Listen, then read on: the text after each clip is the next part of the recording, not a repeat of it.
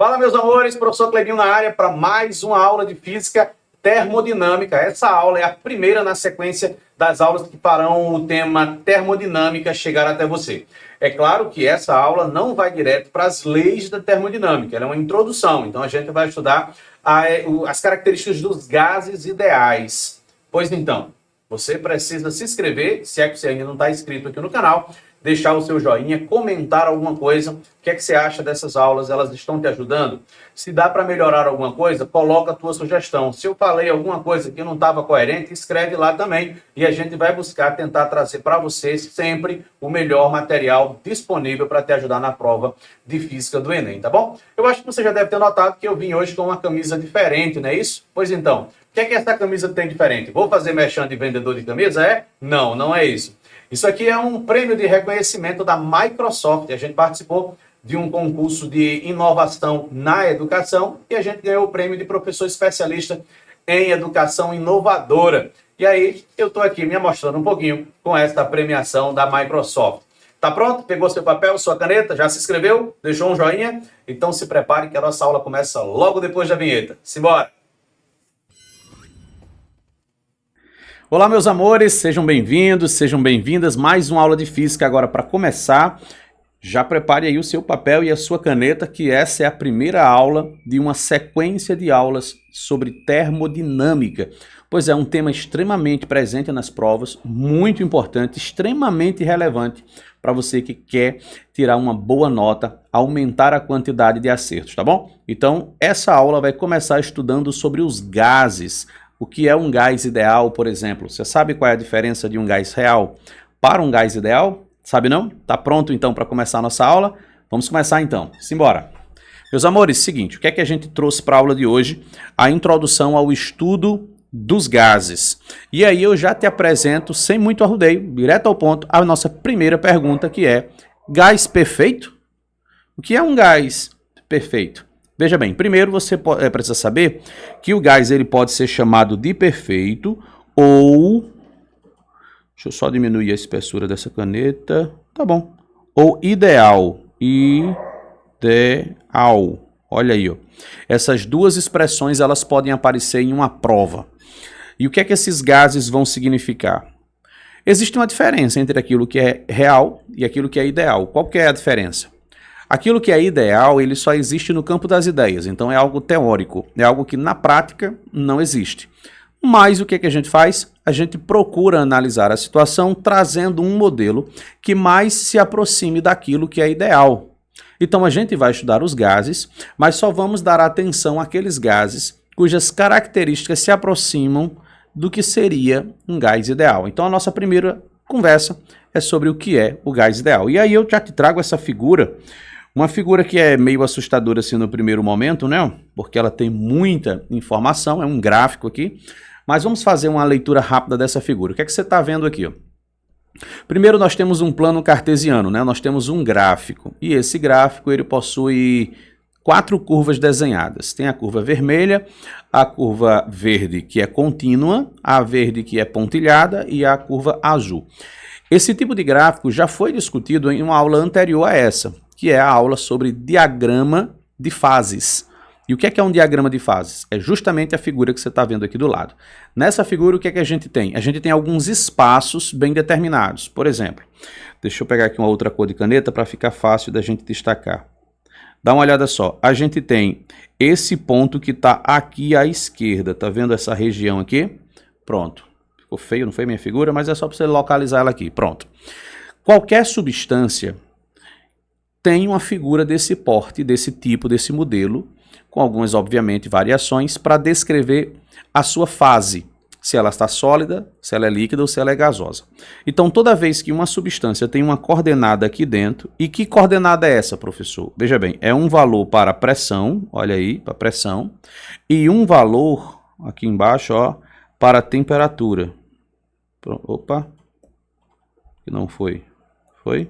Pronto, agora vai. E um valor aqui embaixo para a temperatura, tá vendo? Temperatura e pressão. Então, esse par ordenado vai determinar qual é a fase que a substância se encontra. Então, quando ela está desse lado que a gente desenhou agora, a gente está falando de uma substância no estado ou na fase sólida, tá bom? A fase de agregação das partículas é uma fase que é sólida.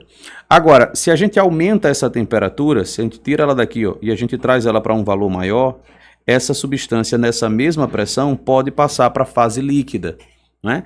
Então a gente tem uma mudança de fase do sólido para o líquido. E aí essa curva que está aqui, ó, essa curva aqui, né, ó, que está representando aqui o espaço de uma mudança de fase, né, ó, isso aqui é porque vai depender de qual é o líquido, tá bom? Nesse caso aqui a gente tem uma fase sólida desse lado aqui, desse lado aqui a gente tem a fase líquida. Eu quero que você se concentre nessa linha contínua, tá bom?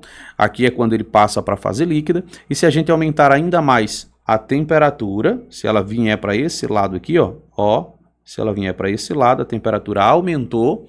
Então, o que é que a gente tem? Uma mudança do estado líquido para o estado gasoso. Como a gente está estudando os gases, a nossa atenção é sobre tudo que está desse lado aqui, ó, certo? Isso aqui é a substância no estado gasoso. Agora, olha só, ela pode ser uma substância no estado gasoso a baixas temperaturas e baixa pressão, tá vendo? O valor da temperatura está pequeno e o valor da pressão aqui, ó, também está pequeno. É uma possibilidade. Ou a gente pode aumentar a temperatura, aumentar a pressão. Só que aí tem uns pontos nessa figura que é extremamente relevante. O mais importante deles é esse ponto vermelhinho que está aqui em cima. Esse pontinho aqui de cima é muito importante. Ele é chamado de ponto crítico. E o que é o ponto crítico? Ele representa uma coordenada de temperatura, que seria essa temperatura aqui embaixo, ó, e um valor de pressão, que seria esse valor de pressão. E o que é que essas coisas significam, esses dois valores? Vamos lá. Se a substância chegar a uma temperatura que for maior do que essa temperatura chamada de crítica, e em uma pressão maior do que a pressão que a gente tem aqui como pressão crítica, ou seja, se a gente estiver falando de alguma coordenada que eventualmente for desenhada na parte aqui de cima, deixa eu voltar aqui, peraí que ele não está riscando, deixa eu ver aqui por quê. Vamos ver aqui. Ah, legal. Pronto. Se a gente estiver falando de uma substância cuja coordenada estiver nessa parte de cima, ou seja, altas pressões e altas temperaturas, a substância ela vai estar num estado que a gente não vai conseguir diferenciar ela do que é líquido e do que é gás. Ou seja, ela está numa situação supercrítico, ela virou um fluido supercrítico. A gente só chama de fluido porque a gente não sabe determinar nessas condições se ela é gás ou se ela é líquido, porque ela passa a ter todas as mesmas características, tá bom? Então, vamos lá. Um gás, ele é ideal quando a temperatura dele está além do ponto crítico, ou seja, ele não tem como se apresentar no estado líquido. Qualquer temperatura acima dessa aqui, ó, qualquer temperatura à direita dessa linha, ó, qualquer temperatura aqui à direita dessa linha, o gás não tem mais como ser líquido. Ele com certeza vai ser um gás na temperatura, vai ser um gás no estado, né, gasoso, obviamente, não tem como mudar. Agora, a pressão que a gente vai trabalhar são pressões menores do que essa aqui, ó. Então a gente vai trabalhar com gases que estejam nessa região aqui, ó. Toda essa região aqui são as regiões que representam as coordenadas para um gás que se aproxima do que é ideal. Professor, mas eu continuo sem entender o que é um gás ideal. Então, vem aqui comigo que eu quero discutir com você bem isso aí. Olha só, meus amores, o gás ele é chamado de ideal, vamos só para a teoria. Quando esse gás, veja bem, as moléculas dele estão em constante movimento. E aí elas colidem, elas liberam energia durante as colisões, elas rotacionam. Essas moléculas também têm interações eletrostáticas.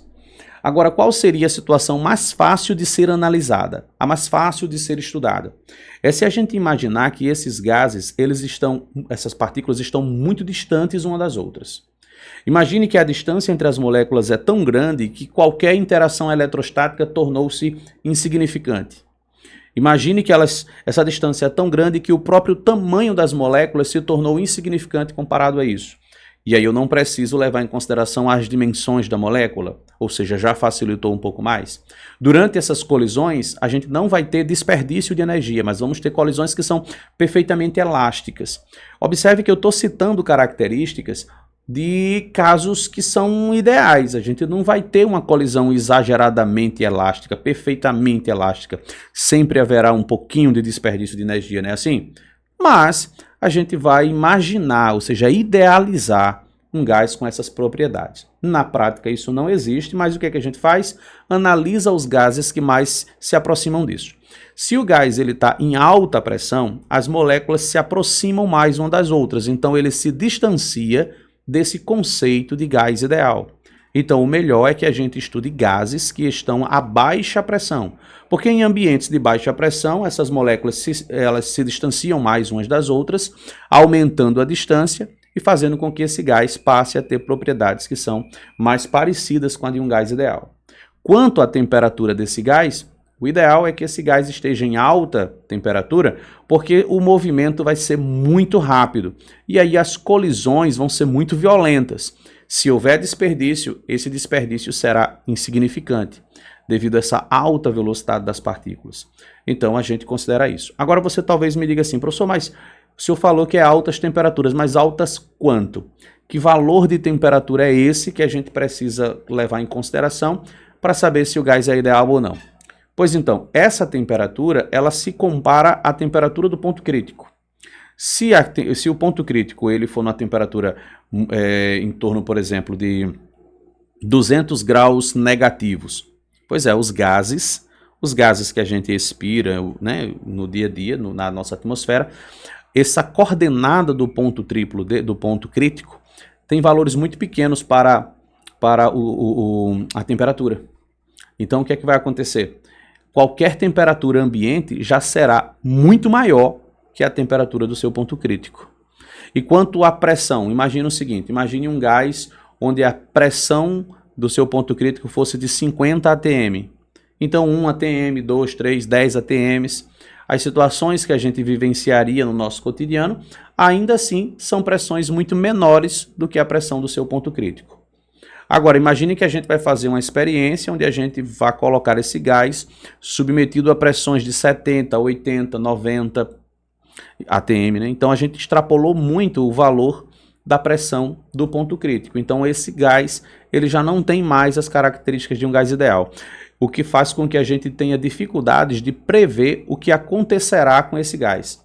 Por isso que a gente só se detém no estudo dos gases ideais, porque a gente idealizou um modelo que se aproxima muito da nossa realidade, que são os gases que se apresentam no nosso cotidiano, e a gente consegue prever o que vai acontecer com esses gases. Fez sentido? Meio complexo, né?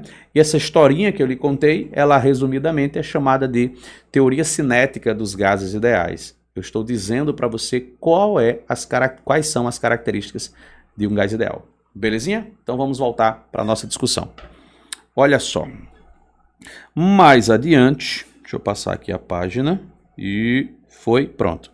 O que é uma equação de estado? Primeiro ponto é você saber, eu estava olhando para a câmera errada, é para cá, desculpe. Olha só, a equação de estado.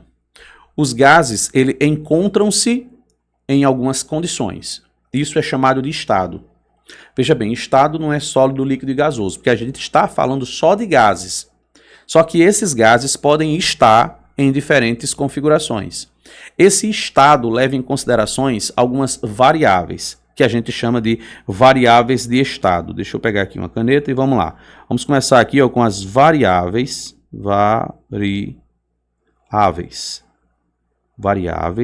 de estado. O que é que muda o estado de um gás? Vamos lá, primeira coisa, pressão. Pressão é uma das variáveis. A gente vai abreviar aqui, pela letra P.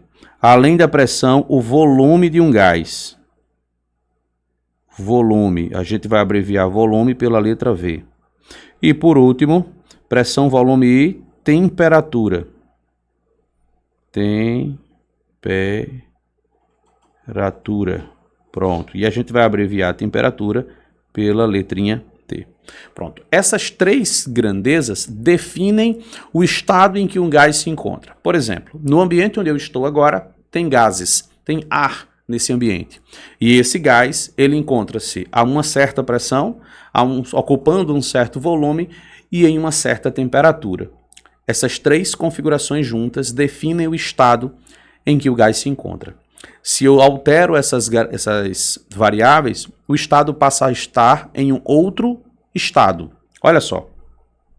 Aí, se a gente pegar a pressão de um gás, a pressão em que um gás se encontra, e multiplicar pelo volume, e dividir isso aqui, ó, pelo número de mols desse gás e pela temperatura, isso é igual a letra R. Vamos lá. Essa continha que eu estou lhe apresentando, ela é a equação de estado de um gás. É como um gás se encontra. É provável que você conheça essa equação no seguinte modelo. Pressão vezes volume é igual a N vezes R vezes T. Eu só passei agora nessa segunda escrita o NT para o outro lado e ele passou multiplicando, certo? Veja bem, o que é que você precisa entender? Que a partir de experimentos, a partir de testes, se concluiu que há uma relação de proporcionalidade entre essas quatro coisas que estão escritas do lado esquerdo dessa primeira equação. O que é que está escrito aqui? Pressão vezes volume, número de mol vezes temperatura é igual a uma constante. Essa letrinha R é chamada de constante universal para os gases ideais. Bom, ela vai ter alguns valores, dependendo de qual for a unidade de medida que ela está escrita, a gente já discute sobre isso. O que eu quero que você perceba é que essa operação aqui sempre dá o mesmo valor, independente de qual for o gás. Logo, existe uma relação que determina qual o estado que o gás se encontra. Essa relação a gente costuma escrever nos livros didáticos nesse modelinho aqui, ó. PV igual a nRT. Deixa eu subir aqui um pouco aqui a página para a gente rabiscar um pouquinho mais. Nessa nossa equação, vamos colocar aqui, ó, uma pequena legenda, certo? O P você já sabe que é pressão, e essa pressão, olha, essa pressão, ela pode ser medida em diversos tipos de unidade. Tem situação que você vai pegar essa informação no padrãozinho internacional, no SI, e aí no SI, pressão se mede Newton por metro quadrado, que é a mesma coisa que a grandeza chamada de Pascal. Quanto às outras unidades, aí a gente tem uma variedade. A gente tem o bar, a gente tem a libra por polegada quadrada, a gente tem o ATM, então vai depender de qual delas vai ser usada na hora. Agora veja bem, não há nenhuma regra que diga que na equação tem que ser tal unidade ou tal unidade. Você vai fazer essa dedução de acordo com o enunciado de cada questão, certo? Pode se fazer tanto nessa unidade quanto em outra, depende das outras variáveis que estão dentro daquele enunciado, certo? A mais popular é essa e o ATM. Segundo, volume. O volume, no sistema internacional, a gente mede o volume em metros cúbicos. Agora, o metro cúbico às vezes é substituído dentro desse assunto por litros, e aí é só lembrar que cada 1 metro cúbico é o mesmo que 1000 litros. Mas essas mudanças, se forem necessárias serem feitas, haverá alguma dica dentro do enunciado para você fazer a regrinha de 3. A letra N, que aparece na nossa equação, é o número de mols, que a gente mede em mols, né? Uma quantidade específica de moléculas. A letra T e a letra R, vamos lá. A letra R, ela é chamada de constante universal. Constante universal dos gases perfeitos ou ideais. A unidade que ela vai apresentar e o valor que ela tem vai depender de quais são as unidades que a questão está usando. Vamos lá, se for no padrão internacional, aí arredondando o número seria 8,3. 8,314 na verdade. E aí a unidade seria as unidades do sistema internacional, seria Pascal. Aí olha só, esse R, deixa eu subir aqui um pouquinho, olha só que interessante.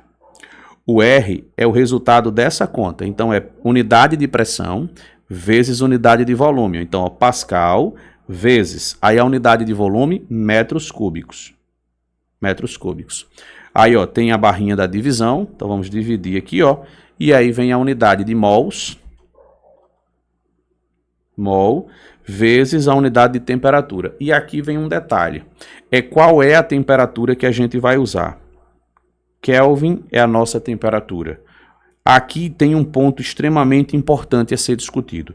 Essa temperatura tem que ser medida na escala de Kelvin.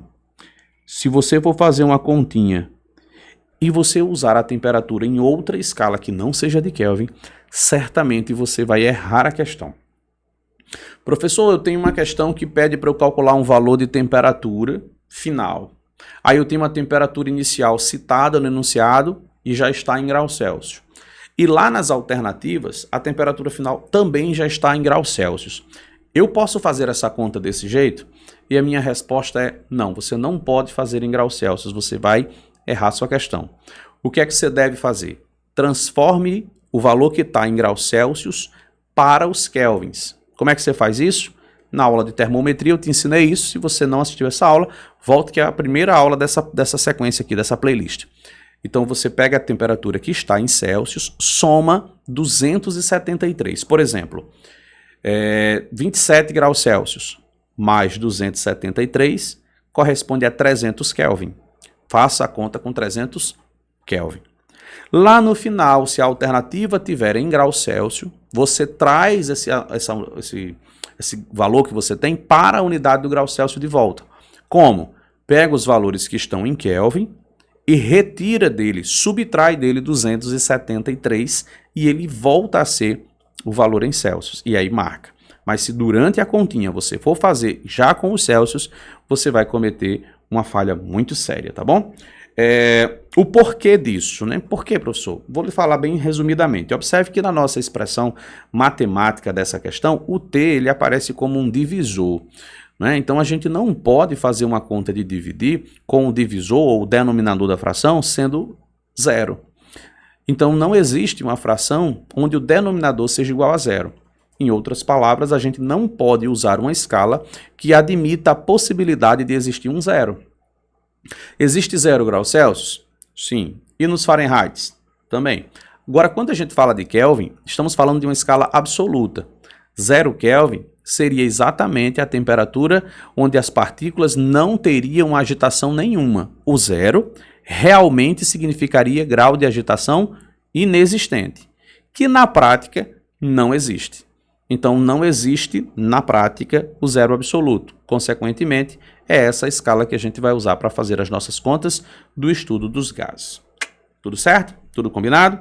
Vamos lá. Aqui embaixo eu coloquei aqui, para você acompanhar comigo aqui, a chamada equação geral dos gases perfeitos. Veja bem, uma rápida análise, coisa simples mesmo, só para você acompanhar e entender de onde vêm as questões, as equações. A gente aprendeu que PV, vamos anotar aqui, ó, PV é igual a N vezes R vezes T. De boas, tudo tranquilo. E a gente também sabe que esse R é uma constante. Então, se a gente pegar aqui, ó, PV e dividir por N vezes T, isso é igual à letra R. E essa letra R, ela é constante. Pronto. O que é que está implicando para mim? O que é que está vindo para mim de informação a partir disso? Ele está dizendo, olha, não importa qual é o valor de pressão, de volume, de número de mols ou de temperatura. Fez essa continha, vai dar o mesmo resultado. E aí, presta atenção. Eu cheguei lá, peguei um valor de pressão, um certo valor de pressão, com um certo valor de volume. E aí eu fiz a continha considerando aqui, ó, opa, deixa eu ajeitar aqui. Pronto. Fiz a minha fração considerando um certo volume de número de mols a uma certa temperatura. Pronto. Qual é o resultado que vai dar? R. Mas se eu fizer essa mesma conta usando outro valor de pressão, né? Fiz uma experiência com outro valor de pressão, um outro valor de volume, e pronto, um outro valor de número de mols e um outro valor de temperatura. Qual vai ser a resposta? O mesmo R. Então, se essas duas frações são iguais a R, é porque as duas frações são iguais entre si. Então, o que é que a gente vai ter aqui, ó? Desse lado, a pressão 1 vezes o volume 1, dividido pelo número de mols 1 e a temperatura 1, dá o mesmo resultado se eu fizer com valores 2. Então, quando eu faço a continha desse jeito, eu percebo que se eu tenho um gás e eu alterei uma das variáveis dele, outra variável necessariamente precisará ser alterada. Por exemplo, eu peguei um gás e eu aumentei a pressão dele. Então, não dá para mexer só com a pressão, porque a constante é a mesma. Então, se eu alterei a pressão, ou vai mudar o volume para menos, para compensar o aumento da pressão, ou vai mudar o número de mols para mais, para poder aumentar a pressão, ou vai mudar o valor da temperatura para mais, para aumentar a pressão. Pode mudar só uma dessas outras variáveis, ou até todas podem mudar, contanto que elas obedeçam esse padrão matemático para que o estado inicial apresente a mesma constante do estado final. Agora, é muito comum que as questões que citam o estudo dos gases citem gases que estão confinados dentro de recipientes fechados. Ele vai dizer, por exemplo, que o recipiente é lacrado, que ele é hermeticamente fechado. Ele vai dar uma dica que fará você perceber que o número de mols não irá aumentar, nem irá diminuir. Se isso acontecer, o número de mols do primeiro estado e do segundo estado vão ser iguais. Então, na hora de fazer a conta, esse número de mol vai ser igual a esse, eles vão se cortar e sumir da nossa conta. Como é que ficaria, então, a nossa equação? Ficaria P1 vezes V1 sobre T1 é igual a P2 vezes V2 sobre T2. Deixa eu lhe falar de uma situação exemplo para você entender. Nessa primeira figura que eu coloquei aqui, eu tenho um exemplo de um carro onde o motorista está calibrando o pneu. Eu escolhi essa questão porque aqui, ó, o manômetro, esse dispositivo para medir a pressão, dessa foto, ele é analógico. Ele praticamente não se usa mais, mas era só para mostrar que existe aqui um medidor de pressão. Hoje, a gente vai a um posto de combustíveis, vai num cantinho lá onde tem uma mangueirinha para fazer a calibragem do pneu, coloca a mangueira e tem um painel digital que vai nos mostrar qual é a atual pressão do pneu e vai controlar para que ela chegue nos valores ideais. O que eu quero que você entenda é o seguinte: o pneu ele é um recipiente que vai conter um gás com características que se aproximam muito de um gás ideal, que é o ar da nossa atmosfera. Imagine que o motorista calibrou o pneu e colocou 30 libras por polegada quadrada naquele pneu. Veja bem, aquilo ali dentro é pressão, não é a quantidade de ar. Ele foi aumentando o número de mols, olha a nossa equação, ele foi aqui, ó, pegar uma caneta vermelha aqui. Caneta vermelha, aqui, ó. Ele foi aumentando o número de mols para que a pressão aumentasse e chegasse no valor que ele desejava. Porque olha só, ao encher o pneu, a variação de volume do pneu é insignificante, é mínima. Praticamente não muda de tamanho. A letra R naturalmente é uma constante. E enquanto você enche o pneu, tecnicamente você não está aquecendo nem resfriando o pneu, está só adicionando o número de mols e aí proporcionalmente vai aumentando a pressão. Terminou, estabilizou, pronto. Na hora que você tira a mangueira e você fecha ali o local onde a válvulazinha ali, ó, pronto, o número de mols não vai aumentar, nem vai diminuir. Imagine agora que esse motorista fez uma viagem entre duas cidades, uma viagem de 4 horas de duração. Ao chegar no destino, o pneu não estará mais na mesma temperatura que estava. Recebeu calor através do contato com o solo, através dos atritos, enfim, por N fatores, a temperatura se elevou. Então olha o que acontece aqui, ó. Vamos tirar essas setinhas. Aqui, pronto. Ele não mudou mais o número de mols, nem o volume, ele apenas aumentou o valor da temperatura. O que é que acontece? A pressão também aumenta. Porque a pressão é o resultado dessa continha, não é? Então, quanto maior a temperatura do pneu, maior vai ser o aumento de pressão. Então, ao final dessa viagem, se esse motorista for calibrar novamente o pneu, ele vai perceber que a pressão interna não é mais de 30 libras por polegada quadrada, mais de 31, 32, talvez até mais. E aí você se pergunta, entrou ar dentro desse pneu? Obviamente que não. Não entrou mais ar no pneu, mas elevou a temperatura. Consequentemente, para que a nossa constante se mantivesse, outra grandeza precisaria ser alterada. Não foi o volume, então foi a pressão. A pressão interna no pneu ficou mais elevada. Show de bola? O que é que você aprendeu nessa aula? O que é ou quais são as características de um gás ideal? quais são as variáveis de estado que estão relacionando-se umas com as outras para determinar as condições de um gás, e aprendemos que dá para transformar essa equação do PV-nRT em uma equação geral, para que a gente possa entender os processos de transformações gasosas, que inclusive é o tema da nossa próxima aula. Fique atento e assista essa aula, ela é muito importante. Até lá!